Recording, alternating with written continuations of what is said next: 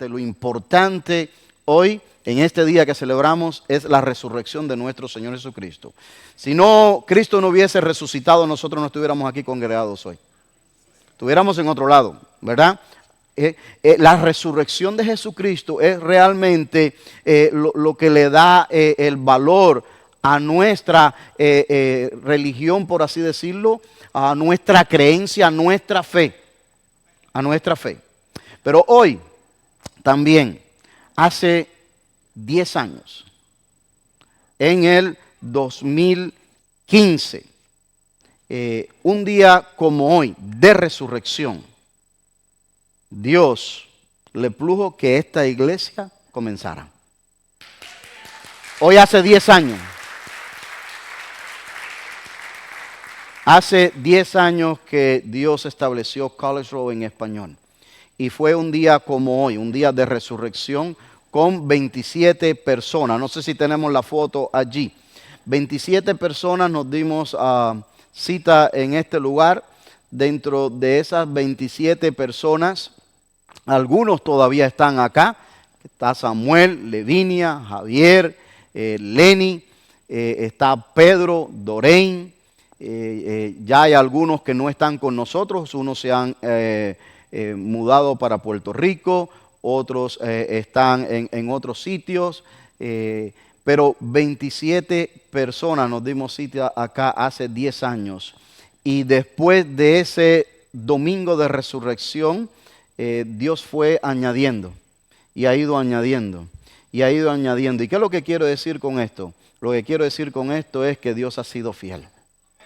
Él ha sido fiel y a Él le damos toda la gloria y toda la alabanza en estos 10 años por su fidelidad para con esta su iglesia, porque no es nuestra, es de Él. Y gracias a cada uno de estos hermanos que comenzó acá, que estuvimos un año en la iglesia, en el culto en inglés, escuchando los sermones en inglés. Para algunos de ellos él era difícil porque no hablaban español, pero se aguantaron allí porque había una promesa de que cuando este edificio se pudiera liberar de la escuela dominical y trasladarlo al módulo D, allá donde están las otras las aulas ahora, esto iba a quedar para comenzar un culto en español.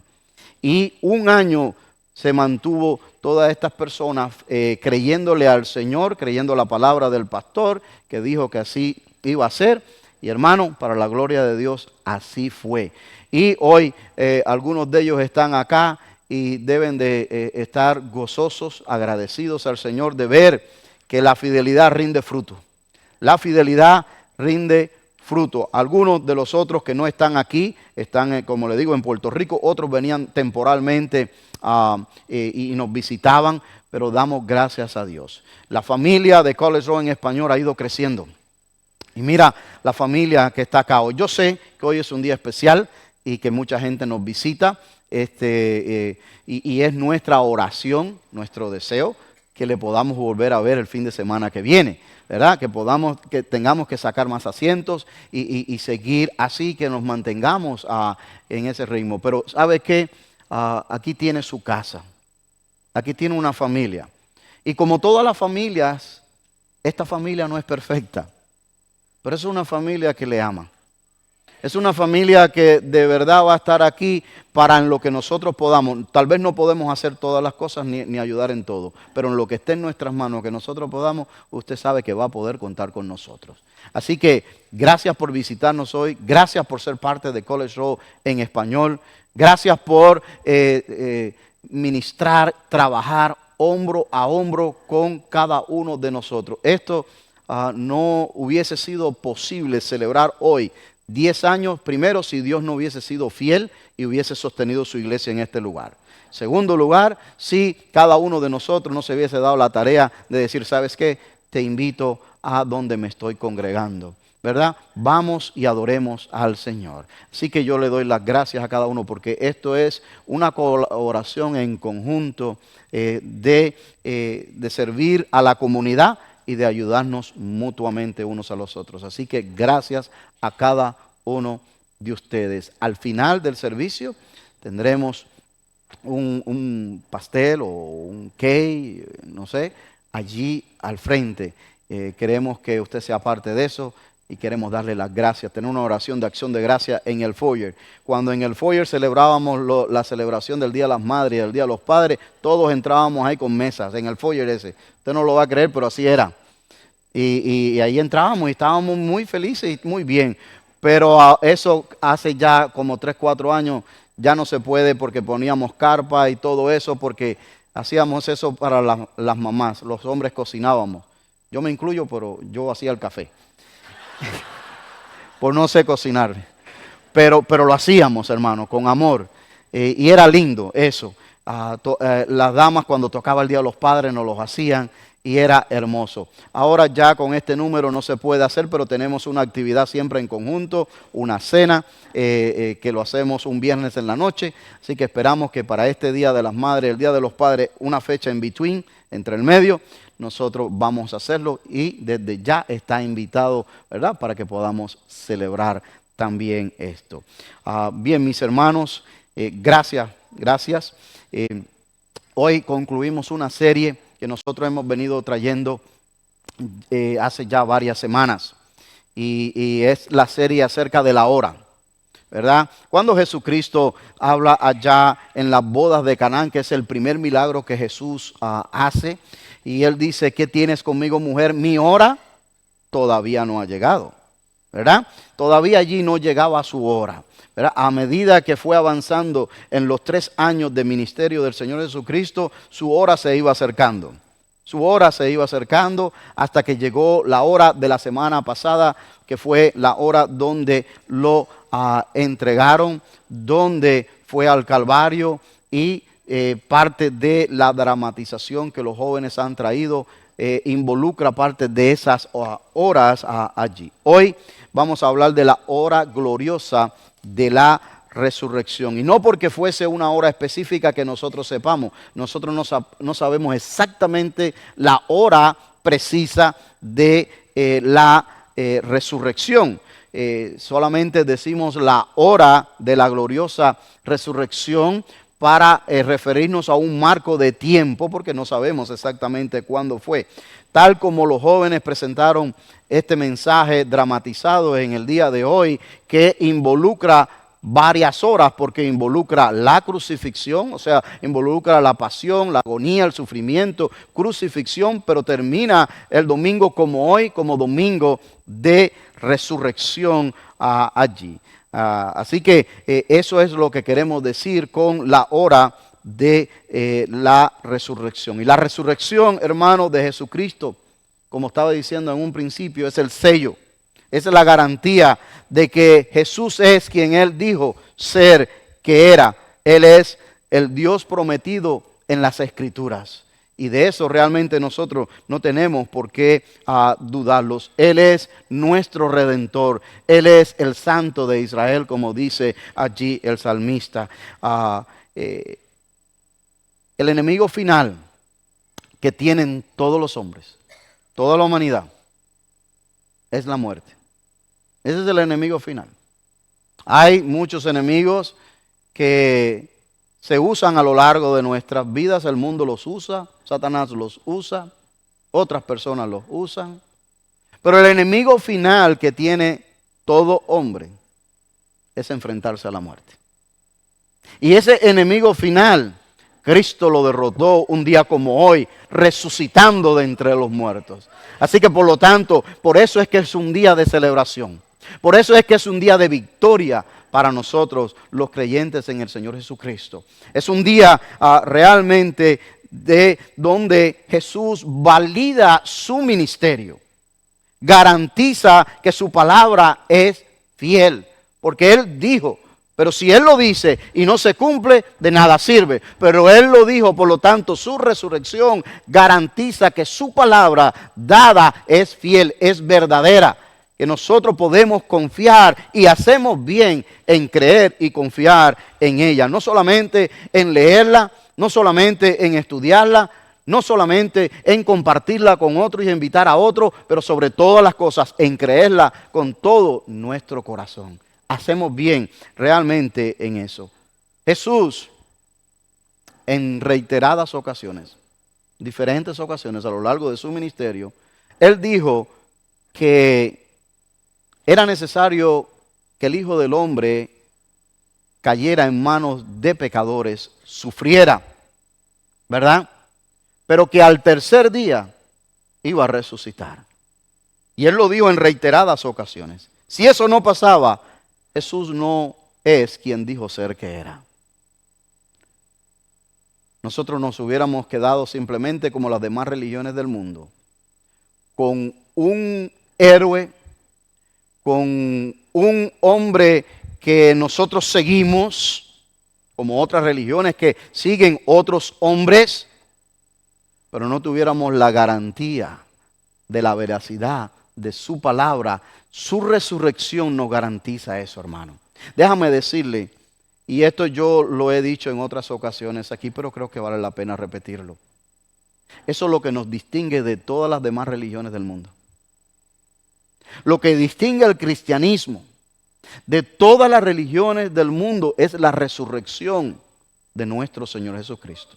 Nadie a través de la historia puede reclamar eso para ellos. Solamente el cristianismo es quien puede decir esto, hermano. Yo voy a estar hoy hablando de Juan capítulo 20. Si usted lo tiene, lo puede buscar ahí en su Biblia. Si no, en su app de la Biblia, en modalidad de silencio fuera bueno. Casi todos tienen teléfonos inteligentes, lo puede allí buscar y también allí funciona. Vamos a estar en Juan 20 del 1 al 18. Y si observamos bien esta narración, tal vez la va a observar aquí o tal vez la va a observar en su casa. Yo le voy a estar compartiendo un poco acerca de esto, pero si nosotros observamos bien la narración del apóstol San Juan en este capítulo 20, su enfoque no es tanto en la resurrección de Jesucristo.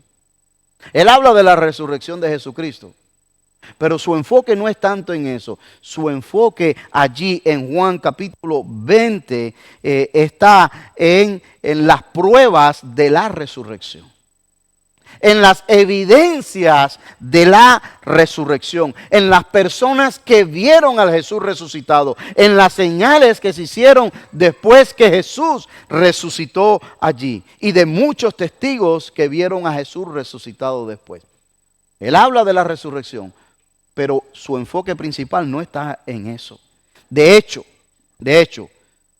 yo le invito a que usted vaya conmigo ahí mismo en Juan 20 a los últimos versículos para que veamos que la misma palabra de Dios, el mismo apóstol ahí mismo dice cuál es el objetivo, cuál es el propósito de lo que él está escribiendo del libro. O sea, la palabra misma se explica a sí misma. Mire lo que dice Juan 20, versículos 30 y 31. Está en pantalla también, dice: hizo además Jesús muchas otras señales en presencia de sus discípulos, las cuales no están escritas en este libro.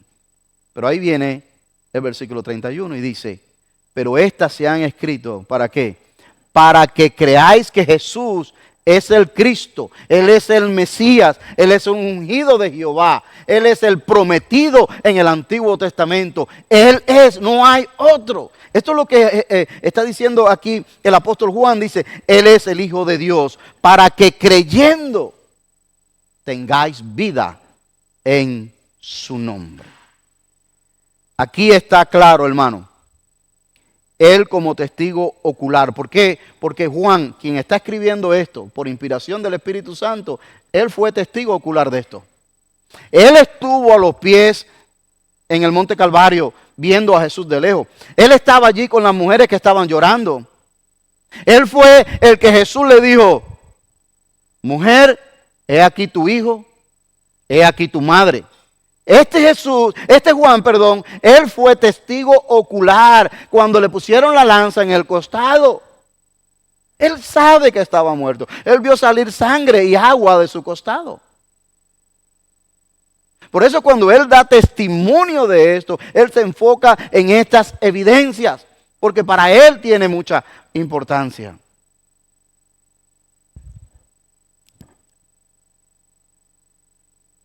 Él sabe de las personas que iban a leer este evangelio en el futuro. lectores como usted, como yo y como otros a través de la historia. Y Él desea que usted y yo y otros lectores podamos ver que el Evangelio no es una historia sin fundamento. Él desea que usted y yo y otros lectores podamos ver que el Evangelio sí tiene evidencia, que no es ficción, sino que es real, del cual Él mismo fue testigo. Pero sobre todas las cosas, como Él dice en el versículo 31, pero no es solamente que nosotros lo leyamos, lo entendamos, sino como Él dice, sino también lo estoy dejando aquí, estoy poniendo estas evidencias y estoy citando todas estas cosas para que vosotros creyendo tengáis vida en su nombre. Esa es la razón por la cual Él deja esto aquí para usted y para mí. Hace más de 2000 años que Dios ha preservado esto. Yo quisiera en esta mañana que nos enfoquemos en la experiencia de tres personas. De tres personas que son parte de las que Juan cita como evidencias allí. Él cita muchas más, pero solamente vamos a estar del 1 al 18. De tres personas que él cita aquí que fueron testigos, que vieron la tumba vacía. Pero lo interesante no es que ellos vieron la tumba vacía. Sí, eso es, tiene validez. Es la interpretación de cada uno de ellos del hecho, de la evidencia. La interpretación de cada uno de ellos de ese hecho y de esa evidencia. ¿Y sabe por qué quise hablar así de este tema? Porque eso pasa mucho en nuestros tiempos y en todos los tiempos. Cada persona tiene una opinión y una interpretación de los hechos. Y va a vertir su opinión y va a sacar su conclusión. Y esto resulta interesante acá. Primero vamos con el caso de María Magdalena, que se encuentra en el primer versículo ahí de Juan, capítulo 20, versículo 1.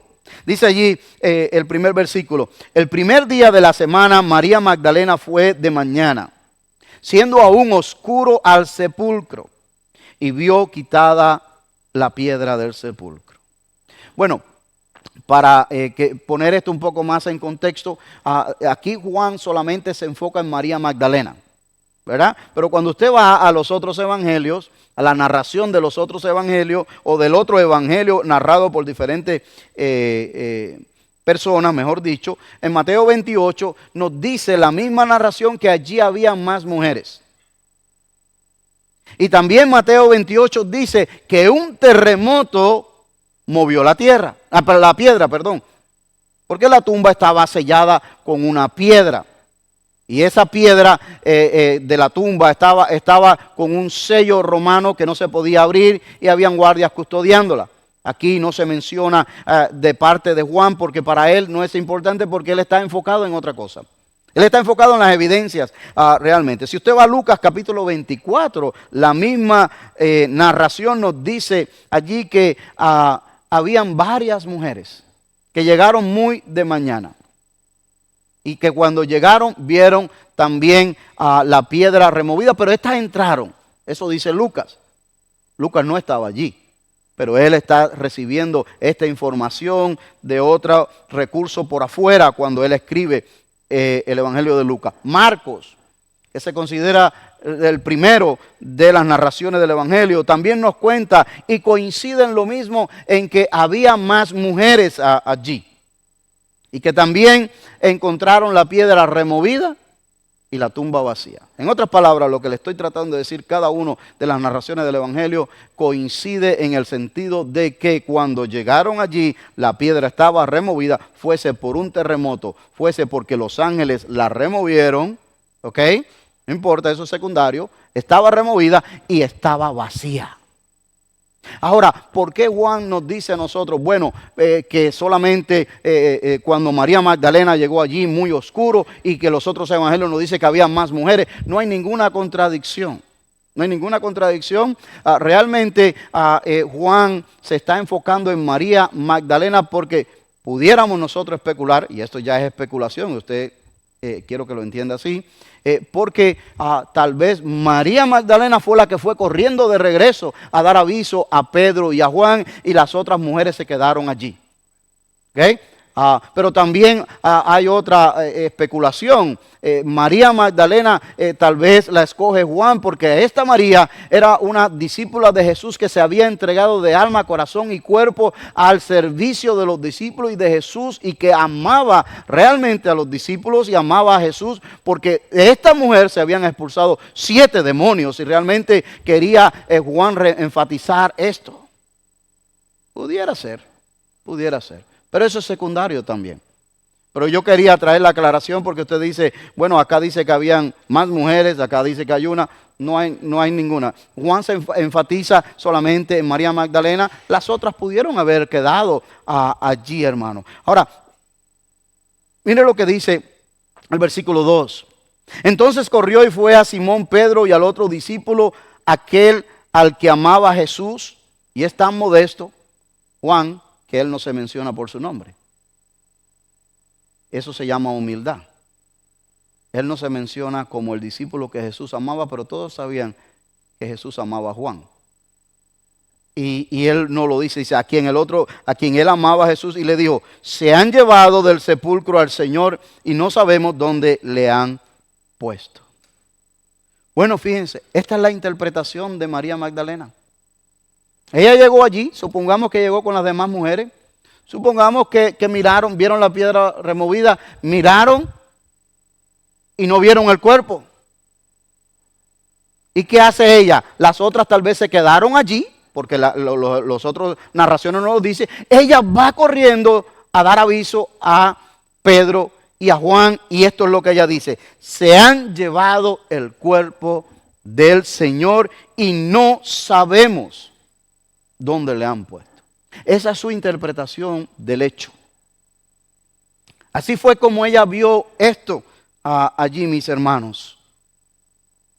Después que llega de nuevo de regreso Pedro, Juan, y ella también viene de regreso y llega a la tumba. El versículo 13 dice allí, y dijeron, había allí unos ángeles cuando ella se asomó. Porque ella viene de regreso y todo eso está pasando. Ella se asoma ahora para poder ver bien y ve unos ángeles, y los ángeles le dicen a ella en el versículo 13, usted lo puede seguir en su Biblia. Dijeron, mujer, ¿por qué lloras? Ella vuelve a decir lo mismo. Ella vuelve y le dijo, porque se han llevado a mi Señor y no sé dónde lo han puesto.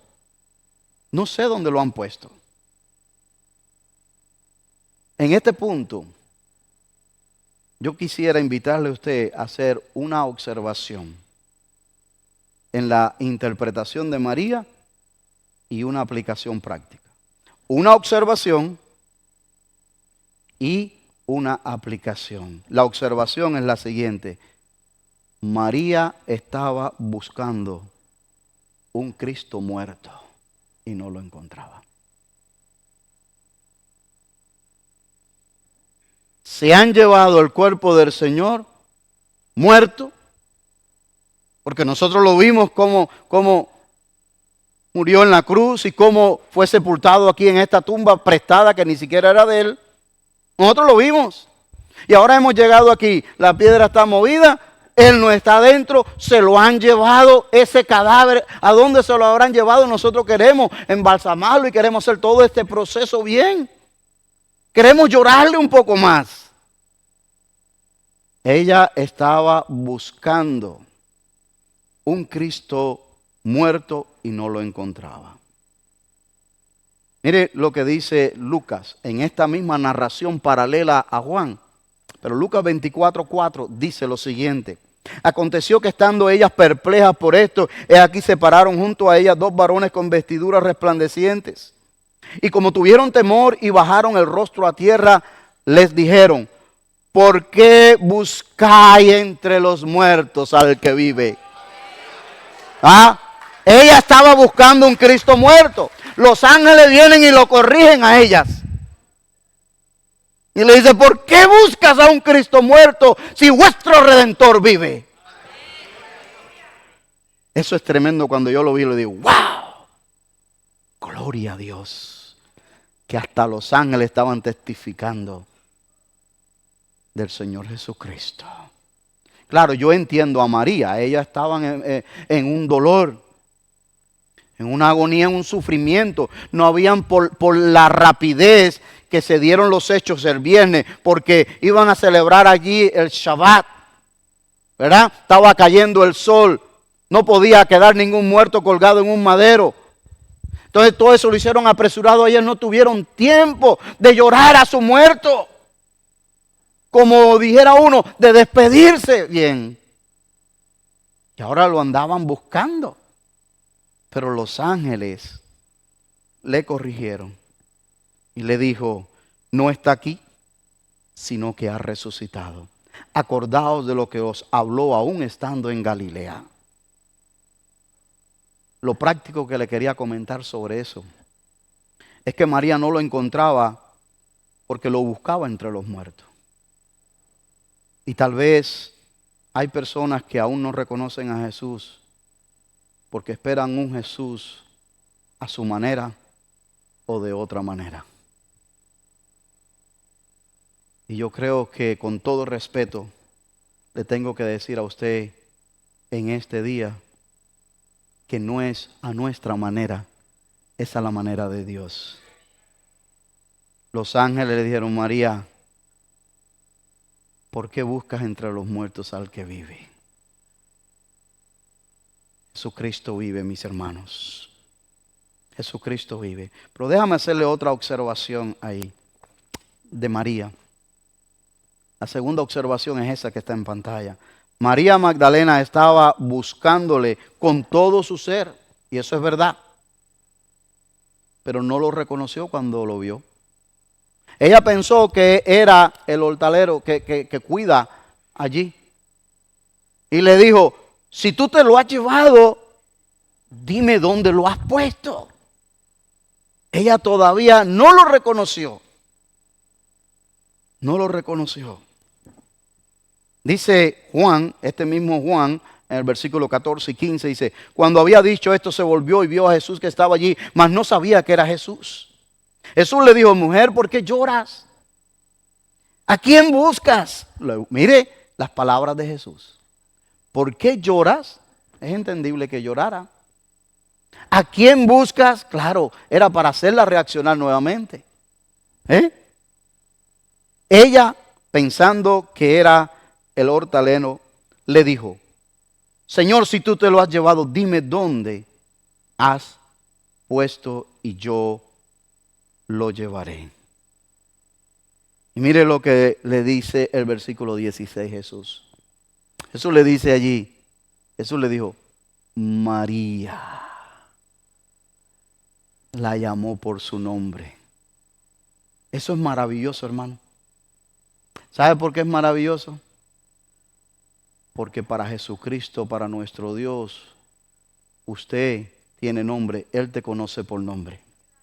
Él sabe quién eres. Sabe dónde estás. Sabe lo que estás pasando. Sabe la situación de tu vida. Él te conoce. Él te creó. Y le dijo, María. Ella reconoció la dulzura de esa voz o el tono de voz o yo no sé cómo lo reconoció, pero cuando ella se volteó le dijo Raboni, que quiere decir maestro. Cuando el Señor te llama por tu nombre, nosotros sabemos quién nos está llamando. Eso es interesante, hermano, porque mire, por ejemplo, un ejemplo práctico. Puede haber que estén allá en un parque muchos niños jugando. Y ahí están sus niños. Pero cuando la mamá o el papá, en eso especial que tiene de comunicarse unos con los otros, llama por su nombre a su hijo, pueden haber allá 50 jugando y tremenda bulla, pero el niño o la niña sabe la voz de su madre o su padre. Y se voltea y le dice, ya voy, dame 2 minutos más, porque todos dicen así siempre, 5 minutos más. Porque reconoce la voz de su mamá o su papá. Cuando Jesucristo te llama, también nosotros reconocemos que es Él y no es el mundo que no es nadie más, que es Él que está tocando la puerta de nuestro corazón. Y Él te llama por su nombre, por tu nombre. ¿Qué es lo práctico que te quiero compartir ahí? Jesús no está lejos, no está escondido. No, para que no lo podamos encontrar. Está tan cerca como nuestro respirar. Está tan cerca en cada capítulo, en cada hoja de la palabra de Dios, que usted voltea y lee. Y ahí Él está, mis hermanos, porque Él se revela al corazón que sinceramente le busca. Si Él no está escondido. Él se revela en las cosas insospechables del diario vivir de la vida. Y te llama. Solo que usted y yo podamos detenernos un poquito dentro de esta agitada vida que llevamos, podamos escucharlo cuando Él nos está llamando. Pero Él se revela en lo insospechable. Póngale atención a eso en las cosas que te pasan en la vida diaria, porque puede que Él nos esté hablando. Déjame decirle el segundo personaje que, y ya ahora me agilizo un poquito más. Con María me tomé un poquito más de tiempo. Y déjame decirle algo a las damas que están acá. Algo que no lo tengo escrito aquí, pero que me recordé ahora mismo y que es algo maravilloso. La primera en llegar al sepulcro fue una mujer a ver a su Señor. Eso habla de la importancia que Jesús le dio a la mujer en el Nuevo Testamento. La primera en ser llena del Espíritu Santo en el Nuevo Testamento fue una mujer. Fue Elizabeth, cuando María fue a visitarla. Eso te da a un poquito un scope, profundidad de qué, de la importancia que Dios le da a la mujer en el Nuevo Testamento. ¿Okay? Pedro fue el otro personaje que ella fue a buscar y venía corriendo Pedro y Juan. Y viene Pedro corriendo. Y dice el versículo 3, y salieron Pedro y el otro discípulo y fueron al sepulcro y corrían los dos juntos, pero el otro discípulo corrió más a prisa que Pedro, se refiriéndose a Juan, porque era más joven, y llegó. No quiere decir nada que los jóvenes corren más rápido, pero en este caso, sí, no, es verdad, tengo que defenderme, hermano, pero en este caso, él llegó más rápido al sepulcro. Bajándose a mirar, vio los lienzos puestos allí, pero dice aquí, no entró. O sea, Juan llegó, se asomó, vio aquello, pero no entró. Y viene Pedro llegando después atrás, ¿verdad? En el versículo 6. Luego llegó Simón, Pedro tras él, entró en el sepulcro y vio los lienzos puestos allí y el sudario que había estado en la cabeza de Jesús, no puesto con los lienzos, sino enrollado en otro lugar. Y esto habla de que Jesús no es que salió de dentro de los lienzos, del sudario, y lo dejó colgado ahí, estirado ahí sin moverse. No. Él salió, se quitó aquello, lo dobló, tomó su tiempo y lo dejó allí. Todo eso tiene su significado, que no vamos a entrar en eso ahora. Pero aunque Pedro no es el primero que llega, sí es el primero que entra hasta dentro del sepulcro. O sea, no es el primero que llega, pero sí entra completamente dentro del sepulcro. ¿Y qué es lo que hace Pedro? Pedro echa una mirada y observa todo aquello vacío allí, esa tumba vacía. Ve los lienzos en un lado, el sudario en otro lado enrollado. Pedro está perplejo. No dice palabra, pero ¿cuántas cosas tuvieron que haberle pasado por la mente a Pedro? Pedro tiene, no sé, estoy especulando aquí yo, pero me estoy poniendo en el lugar de este. Tiene que haber estado pensando Pedro, aquí hay algo raro. Aquí hay algo que no me encaja. ¿Ok? ¿Por qué? Porque si robaron el cuerpo del Señor los fariseos, los saduceos o otra gente, ¿ok? Se lo hubieran llevado con lienzo y todo. Porque andaban apurados. Vámonos, antes que Primero tenían que haber matado a la guardia romana que estaba al frente, o si fue la misma guardia, se lo hubieran llevado con todo. O sea, aquí hay algo que no me cuadra, pero Pedro calladito, no decía nada. Aquí hay algo que no me cuadra. Tal vez Pedro podía tener muchas preguntas, suponer muchas cosas, pero no tenía respuesta. ¿Y qué es lo práctico que te quiero decir de Pedro? Que así sucede todos los días con muchas personas. ¿Y qué es lo que sucede todos los días con muchas personas? Eso, que ven las pruebas, ven la evidencia de la gloria de Dios en sus vidas todos los días, su poder manifestado, su amor incondicional, su gracia inmerecida, y aún no responden, aún no entienden, aún no se arriesgan a creer, a entregar su vida completamente a Él. Tal vez están esperando otra cosa, otro Mesías, otra manera de entregarse. Tal vez están esperando el tiempo perfecto y no hay un tiempo perfecto. Están esperando una circunstancia perfecta y no hay circunstancia perfecta. Pedro quedó perplejo, no sabía qué había pasado, pero mira, con todo lo impetuoso que era Pedro, no dijo palabra.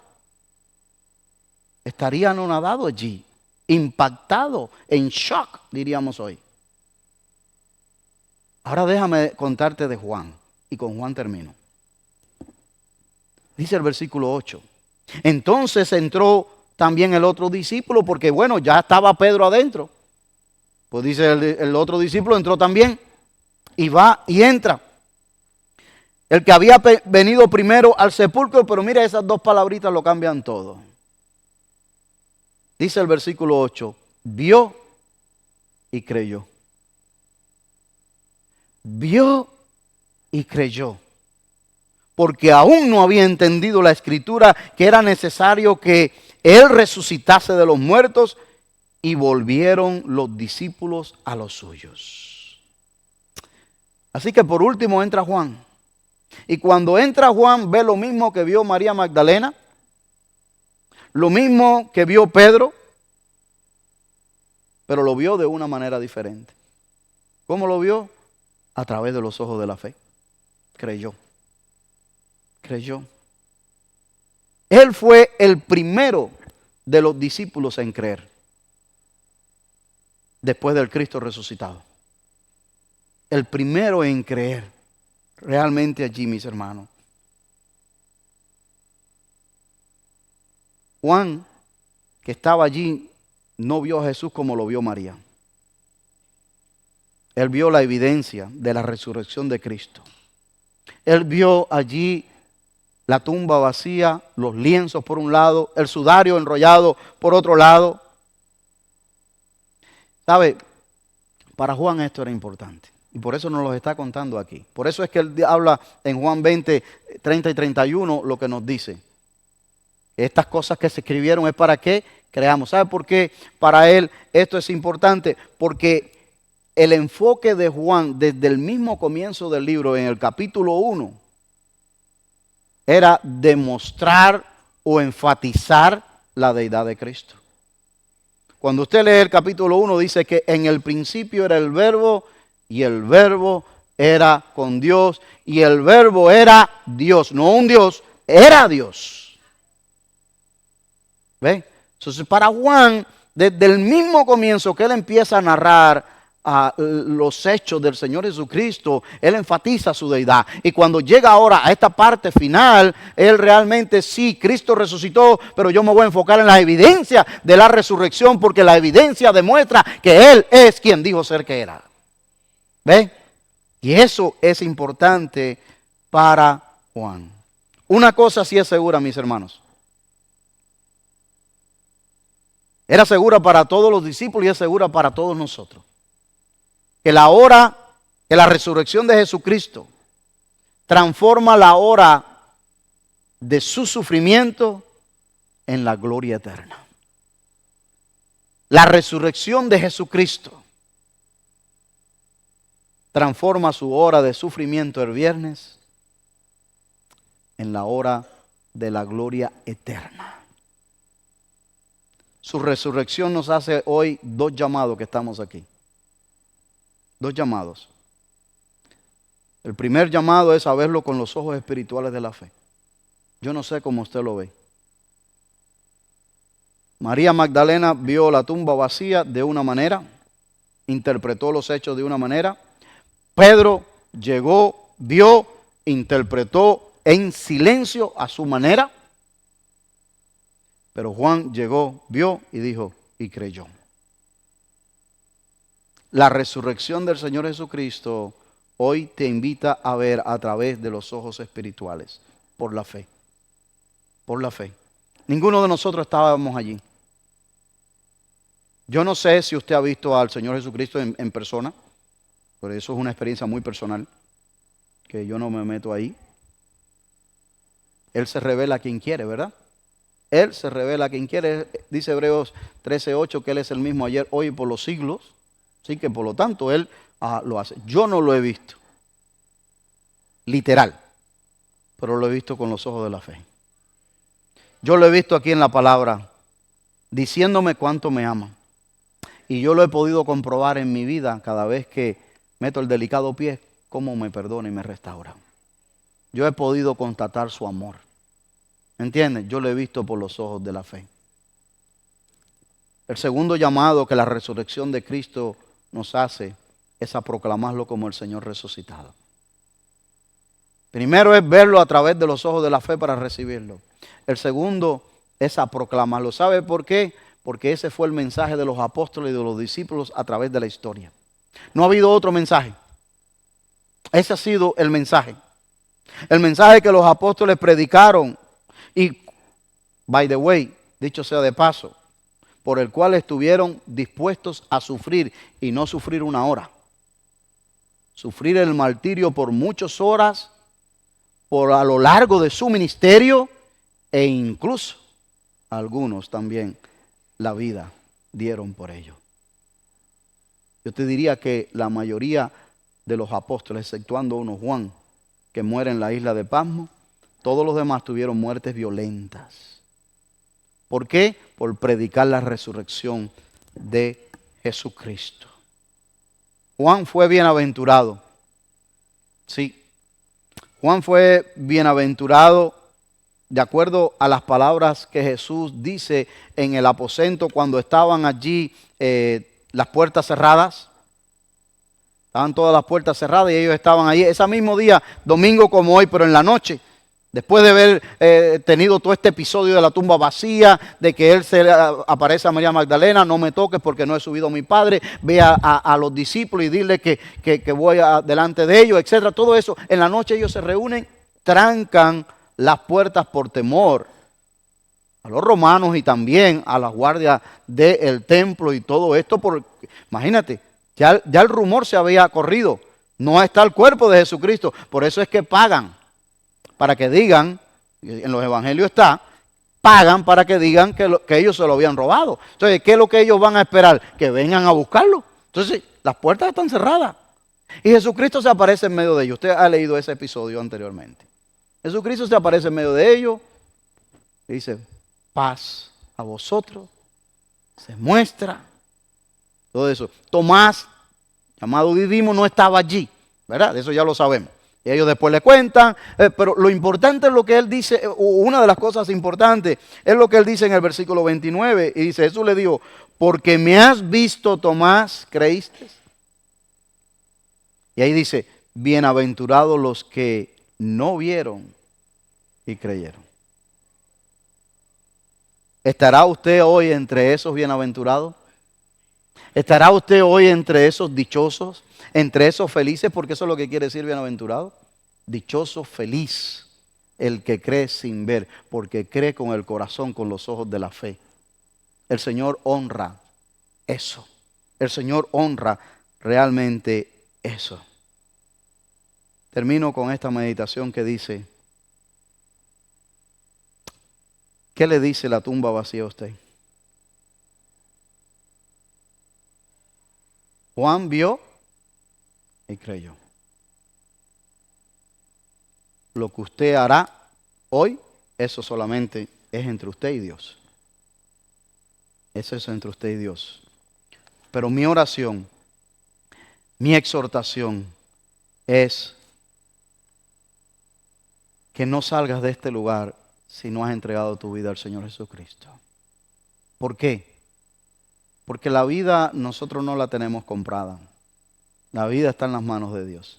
Él es el que tiene el tiempo y la eternidad y la vida nuestra en sus manos. Y es mejor que nosotros estemos a cuentas con Él a tiempo. ¿Qué mejor que hoy, día de resurrección, permitir que Cristo resucite nuestra propia vida? Porque la palabra de Dios dice que nosotros estamos muertos en nuestros delitos y pecados. Y qué mejor que hoy un día de resurrección para que Él también resucite a una nueva vida, como dice su palabra. He aquí, las cosas viejas pasaron, todas son hechas nuevas. Vamos a orar y mientras oramos, mientras usted allí da gracias a Dios porque Él te ha dado fe para creer en Él, porque Él te ha traído hasta aquí, hasta este país, hasta este lugar, a Ocala. Él te ha bendecido con salud, porque Él te ha dado fuerza, porque Él te ha dado trabajo, porque Él no te ha dejado, porque Él ha sido fiel. Tantísimas cosas por lo cual usted debe y tenemos que agradecer al Señor. Pero eso es entre usted y Él. Eso es entre usted y Él. Vamos a orar.